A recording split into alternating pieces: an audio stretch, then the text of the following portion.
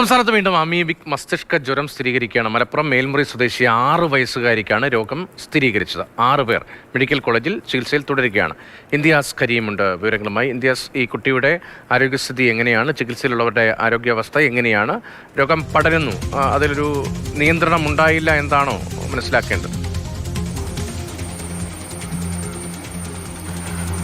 രതീഷ്, ഈ മലപ്പുറം മേൽമുറി സ്വദേശിയായിട്ടുള്ള 6 വയസ്സുകാരിക്കാണ് ഇപ്പോൾ ഏറ്റവും ഒടുവിൽ രോഗം സ്ഥിരീകരിച്ചിരിക്കുന്നത്. കഴിഞ്ഞ ശനിയാഴ്ചയാണ് ഈ പനിയും ഒക്കെ ഉണ്ടായതിനെ തുടർന്ന് കോഴിക്കോട് മെഡിക്കൽ കോളേജിലേക്ക് എത്തിക്കുന്നത്. ആദ്യഘട്ടത്തിൽ മേൽമുറിയിലെ തന്നെ ആശുപത്രിയിലൊക്കെ കാണിച്ചിരുന്നു. എന്നാൽ ഇത് വലിയ പ്രശ്നമാവുന്നതോടുകൂടിയാണ് മെഡിക്കൽ കോളേജിലേക്ക് എത്തിക്കുന്നത്.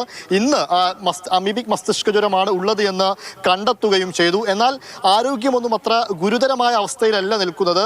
ഒരുപക്ഷെ റിക്കവർ ആവാൻ പറ്റും എന്നുള്ള രീതിയിൽ തന്നെയാണ് നിൽക്കുന്നത് എന്നാണ് ഡോക്ടർമാരൊക്കെ അറിയിക്കുന്നത്. ഇപ്പോൾ ഏകദേശം 7 പേർ ഇപ്പോൾ കോഴിക്കോട് മെഡിക്കൽ കോളേജിൽ രോഗം ബാധിച്ച് ചികിത്സയിൽ കഴിയുന്നുണ്ട്. അതിൽ 2 പേർ കുട്ടികളാണ്, മറ്റുള്ളവർ മുതിർന്നവരുമാണ് എന്നും ഡോക്ടർമാർ അറിയിക്കുന്നുണ്ട്.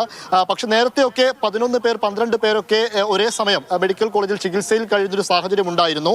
അത്രത്തോളം എണ്ണമില്ല. 10-ൽ താഴെയായിട്ട് ഈ ചികിത്സയിൽ കഴിയുന്നവരുടെ എണ്ണം കുറയുന്നു എന്നുള്ളത് നമുക്ക് ആശ്വസിക്കാവുന്ന കാര്യമാണ്. ആർക്കും അത്ര ഗുരുതരമായ അവസ്ഥ ഇല്ലതാനും. പക്ഷേ ഈ വർഷം ജനുവരി മുതൽ ഇതുവരെയുള്ള കണക്കുകൾ പരിശോധിക്കുമ്പോൾ 15ഓളം മരണം കോഴിക്കോട് മെഡിക്കൽ കോളേജിൽ നിന്ന് മാത്രം ഉണ്ടായിട്ടുണ്ട്. ആ രീതിയിലും ചില കാര്യങ്ങളൊക്കെ ഉണ്ട്. എന്തായാലും ഈ കുട്ടിയുടെ ഉറവിടം എന്താണ് എന്ന കണ്ടെത്തൽ ഹിസ്റ്ററി ഇതുവരെ കണ്ടെത്താൻ കഴിഞ്ഞിട്ടില്ല. അതുമായി ബന്ധപ്പെട്ട പരിശോധനകളും മറ്റുമൊക്കെ മേൽമുറിയിലടക്കം നടന്നുകൊണ്ടിരിക്കുകയാണ്.